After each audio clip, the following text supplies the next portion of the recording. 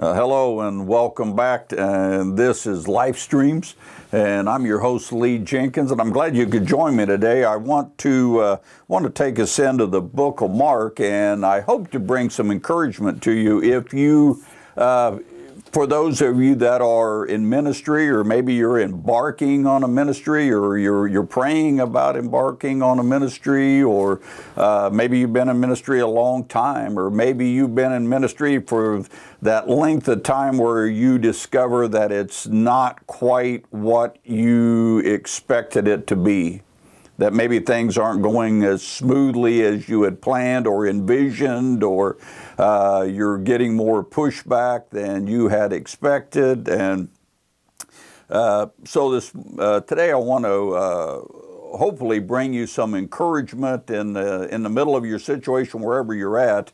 And when I'm using the term ministry, I'm not necessarily talking about somebody that feels that you've been perhaps called to be a pastor or a missionary, or to some strange land, or an evangelist. What I'm meaning by the term ministry really is somebody just to serve. Jesus said that the two greatest commandments was to love God and to love people. And the way he kind of defined ministry, he said that I was naked and you clothed me. I was thirsty and you gave me something to drink. I was hungry and you fed me. I was in prison and you came and you visited me. So for some people, it is a call to a pastorate or a church ministry. For some people, it is a call to be a missionary to a strange land. But for the vast majority of us, it's ministering right here at home and doing what God has called us to do. So this morning, I want to take us into the book of Mark, and it's a short passage found in chapter 4, and verses 35 through 41, and then it actually ends in the next chapter, chapter 5, verse 1. And one of the things that I glean out of the Bible as I'm reading is the fact when you have a Bible story, whatever that story is, it gives us a different vantage point. You can see things, truths. You can see God moving because you have a vantage. Just like if you're looking at a video from someone that's on the ground, or a video from maybe it's a drone or a helicopter shot, or some type of an aerial shot, and you can get a perspective that you can't get while you're on the ground when you're in the middle of the situation. And that's the way it is with a Bible story. We can see the perspective of what happens beforehand, what's leading up to the situation. We can see what's going on during the story, during the event, whatever is being recorded.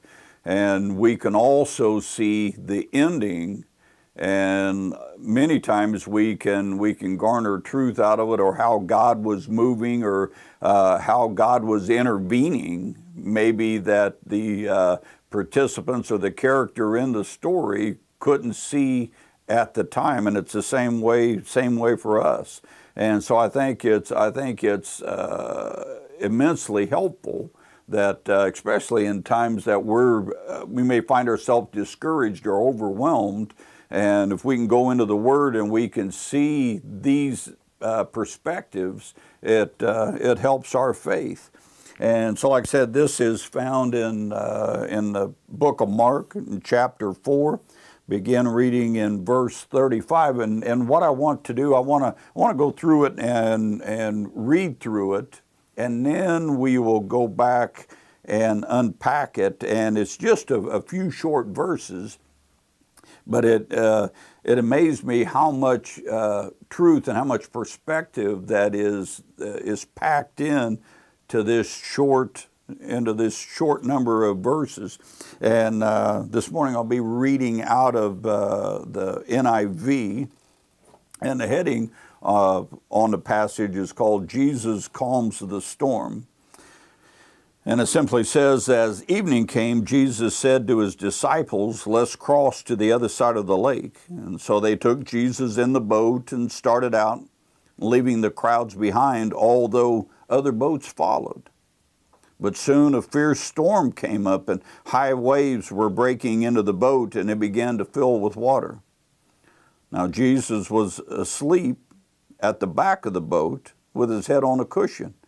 And the disciples woke him up, shouting, "Teacher, don't you care that we're going to drown?"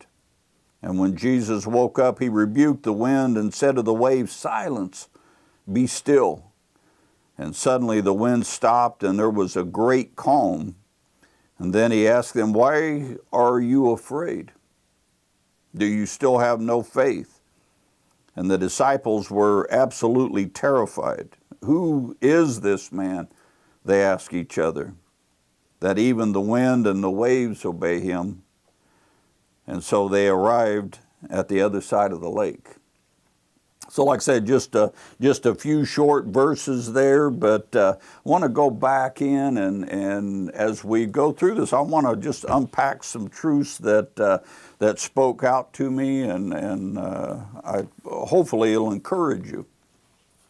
So it says, as evening came, Jesus said to his disciples, let's cross to the other side of the lake. And a lot of times when we start into ministry or we're contemplating ministry, one of the things that's imperative is that we understand, or we are sure of the fact that it's Jesus that is the one that's talking to us. And it's not just that we're being encouraged or we're being prodded along or pushed along maybe by friends or well-wishers or good-intentioned people, maybe at a church that we attend,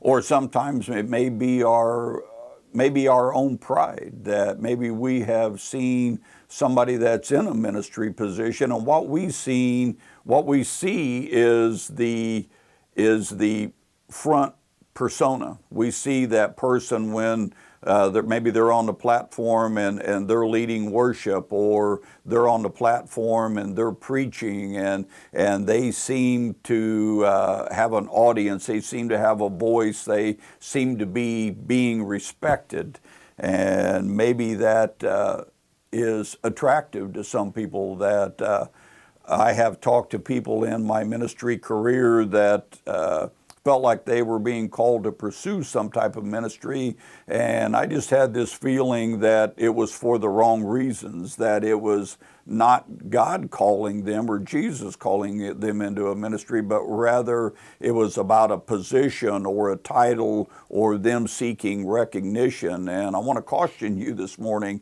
if that's where you're at, then you're looking for a tough road, because ministry is tough. You're dealing with people. People are messy. People can be hurtful. And if you're not going in with just like in this case, a command of Jesus, and it's not Him calling you, it's not Him sending you, then you're in for a struggle. But Jesus said to his disciples, let's cross to the other side of the lake. So it was Jesus that was giving this command. They understood what the expectation was, and so it wasn't something that was blind. Now, sometimes that when we're called into ministry, that all we have is a starting point. We don't know the beginning. We don't know the end. We don't know everything that we are going to be subject to. We don't know everything we're going to be called or asked to do, or what we're going to face. It's just a step of faith, and that, again, that's where it comes in, that we need to have that assurity that we are truly hearing from God, and it's something that He's asking us to do. So Jesus giving His disciples this command. And one thing to keep in mind as we go through this story, that Jesus is someone, as God, that He knows the beginning and the end. He knows how things are going to end. He knows what's going to transpire in the middle of it. And so the next verse says, so they took Jesus in the boat and they started out, leaving the crowds behind, although other boats followed. Now, sometimes when you start into ministry, you may have to leave your crowds behind. Maybe God is calling you to do something that He's not calling the masses to do. Maybe that is that missionary assignment or a pastoral assignment, or He's calling you to go somewhere, do somewhere that not everyone is equipped to do, not everyone is qualified to do, not everyone is being asked to do. And so we want to make sure that once we know that it is Jesus calling, that we may have to leave those crowds behind. We may have to step away, maybe from our family, from our church family. And so one thing in that we have to be sure, and going back to that it's Jesus calling, because when we get to that point and we start to step away from the crowd and we start to do something that maybe is not the norm, that you may have all types of pushback from, again, well-intentioned people that try to discourage you from taking that step. And so that being in prayer and seeking counsel from people that are grounded, that are prayed up, that are read up, that are mature in their faith, and that can hear from God. And the Word says that there's wisdom in a multitude of counselors. So hearing not only from Jesus, but having that confirmation from several different people goes a long way. So sometimes we have to leave the crowd behind, but then it notes that although other boats followed, and there'll be times in your ministry, maybe when you start out, that some of those other boats, they may be there for encouragement. They may be there to give you a helping hand. Maybe they are there for financial support. And they may be there to encourage, they may be there to pray. But the one thing that to keep in mind is that they may simply be there for a season. They may be there for a short period of time. One thing that you'll find as you're in ministry for any length of time at all is that people come and go.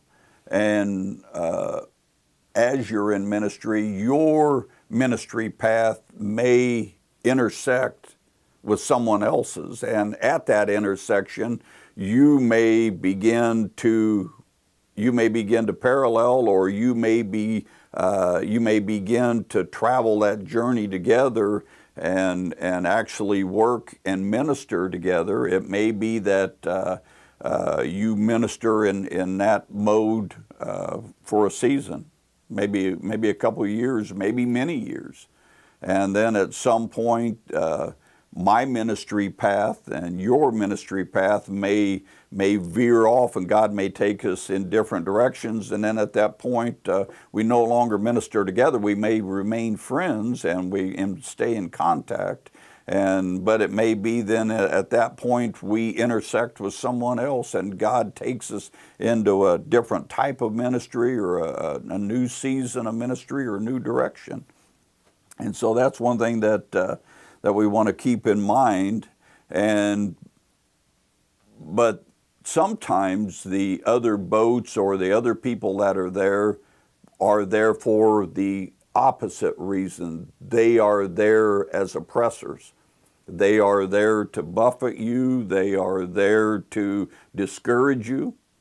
They're, you read through the book of Acts, and you read through some of others of Paul's writings, and many times that he would talk about different people in different towns, different locales that he was at, and there were people that were attempting to cause him great harm, and were attempting to stop what it is that God had called him to do. And it's no it's no different for us today. And so sometimes as these other boats are following, they may be there for that reason, or they may be there simply to watch you fail. And keep in mind that not everybody is on your side. And another thing that I want to point out here in this verse, that in ministry there may be times, and there will be times, that you'll feel alone. You feel like you're the only one there, that you're having to do it all. But I want to keep in mind that, it says that they took Jesus in the boat, that Jesus was there in the boat with them the entire trip, the entire journey.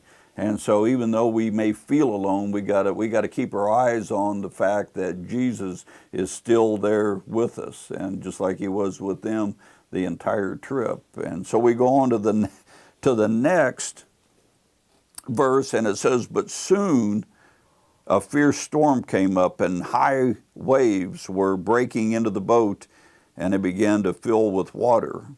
And I was struck by the term there, "but soon."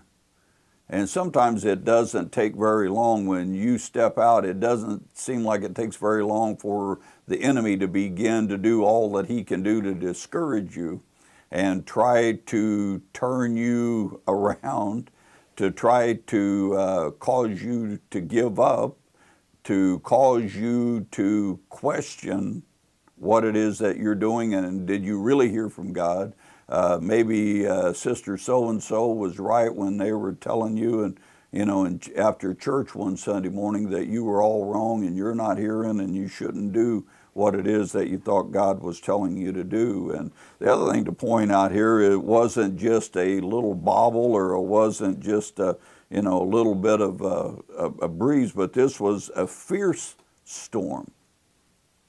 And you hear a lot of teaching and a lot of this idea that we can weigh and we can gauge our position relative to God's will by our surroundings or our circumstances, or how easy things are going.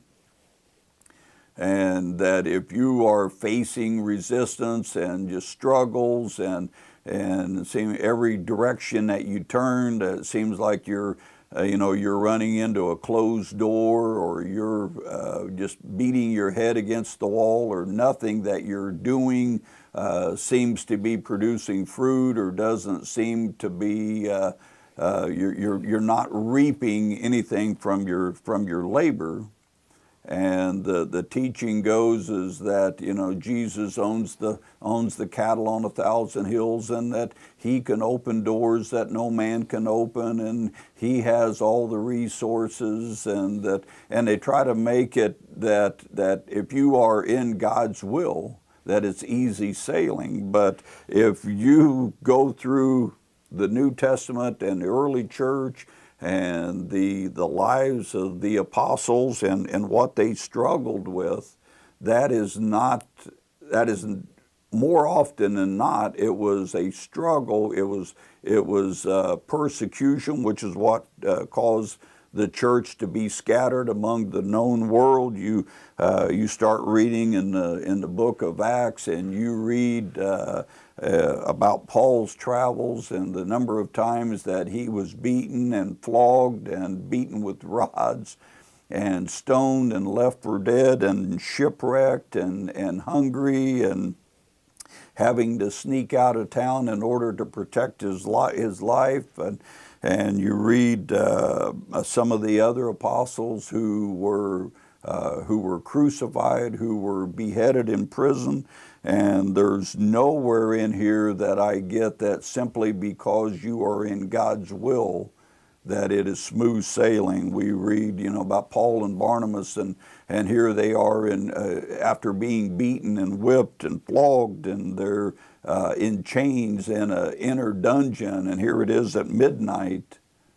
And even though they're in the middle of God's will, and they began to sing praises to God, and he sends a tremendous earthquake that shakes the prison off of its foundation. And that's what you read more often than it being a smooth sailing trip.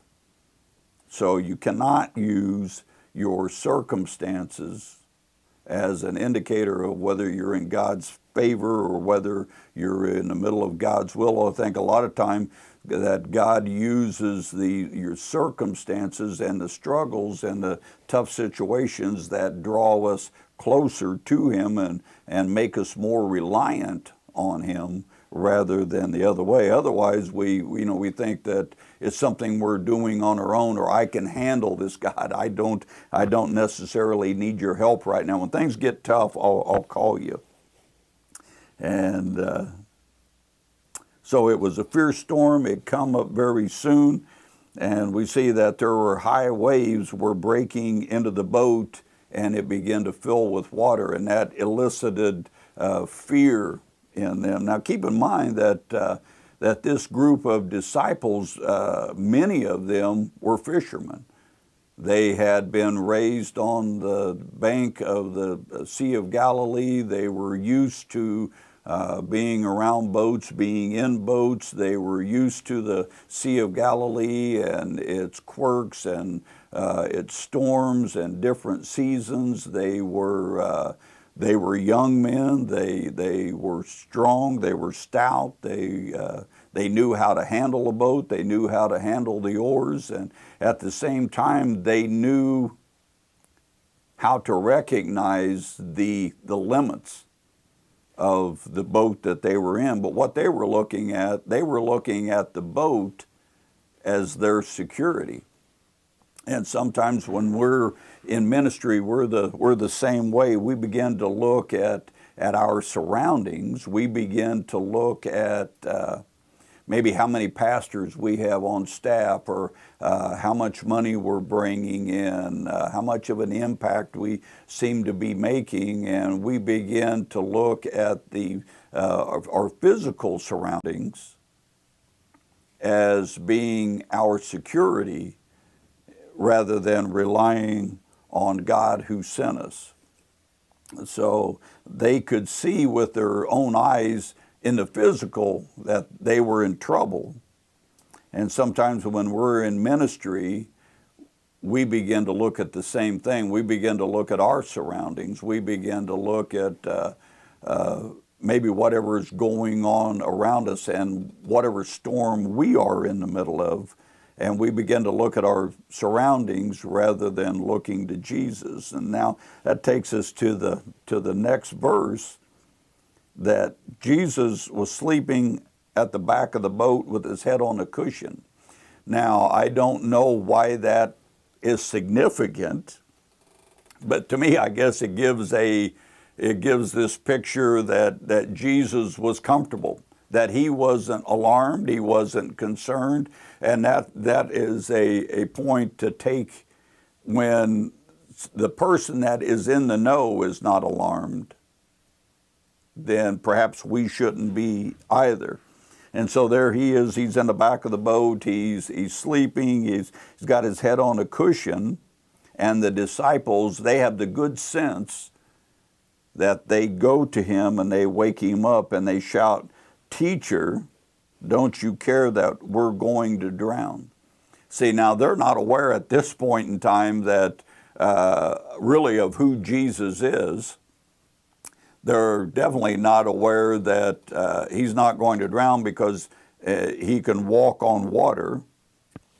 But they only thought that they were going to drown because they forgot that Jesus had already given the command that they were going to go to the other side of the lake. And the next verse says that when Jesus woke up, that he rebuked the wind and he said to the waves, "Silence, be still." And suddenly the wind stopped and there was a great calm. And when I first read that, if you place yourself in the position of the disciples, I'm sure that they thought that Jesus was speaking to them. Silence, be still. Because they I can't believe that they would have immediately thought that, because they didn't understand who he was, that I can't believe that they would have thought that he was speaking to the wind, that he was speaking to the waves. And sometimes it reminds me of the verse that says, "Be still and know that I'm God." And sometimes in the middle of a storm, that it's refreshing to know, and it's encouraging to know that not only can God calm the storm, that he can speak to us as well. And so when Jesus speaks this, and he says, "Silence, be still," and suddenly the wind stopped and there was a great calm, I think that not only was there a great calm outside of the boat, but at that moment there would have been a great calm inside the boat as well, when the wind stopped and the waves stopped. And yet at that moment, Jesus continues to speak to them, and he asks them, "Why are you afraid? Do you still have no faith?" And I believe that in the story that Jesus is asking us the same thing. Why are you afraid? Why am I afraid? And is it that we don't, just like they, that we don't grasp who Jesus is? We don't grasp the authority that he has. We don't grasp the authority that we have as his children, as his followers. That we don't grasp the authority that we have in his name. And why are you afraid? Do you still have no faith? And I think sometimes, of the number of years that I've been in ministry and what I have seen God do in my life and in the lives of other people, and yet when I'm in the middle of a storm, it's always my faith that's lacking. Do you still have no faith? And I found it interesting that Jesus, it's like he's establishing a correlation between our level of faith and our level of fear, and that as we increase, as our faith increases, our fear decreases. And then the disciples, it says that they were absolutely terrified. And who is this man that even the wind and the waves obey him? And I think this was the first inkling that they had, who it is that they're with, who it is that they're serving. And then there in 5:1 it says that they arrived at the other side of the lake. But there's no mention that the other boats that left with them, that they arrived as well. So there is, let me encourage you this morning that there are advantages to having God, having Jesus in the boat with you. And I just want to encourage you today that keep your eyes open, keep your eyes on God, keep your ears open, and walk in faith and do what it is that God's calling you to do. And even in the middle of the storm, don't be afraid, and just think about what it is that you have Jesus Christ in the boat with you. Thank you very much, and hopefully it was encouraging for someone this morning.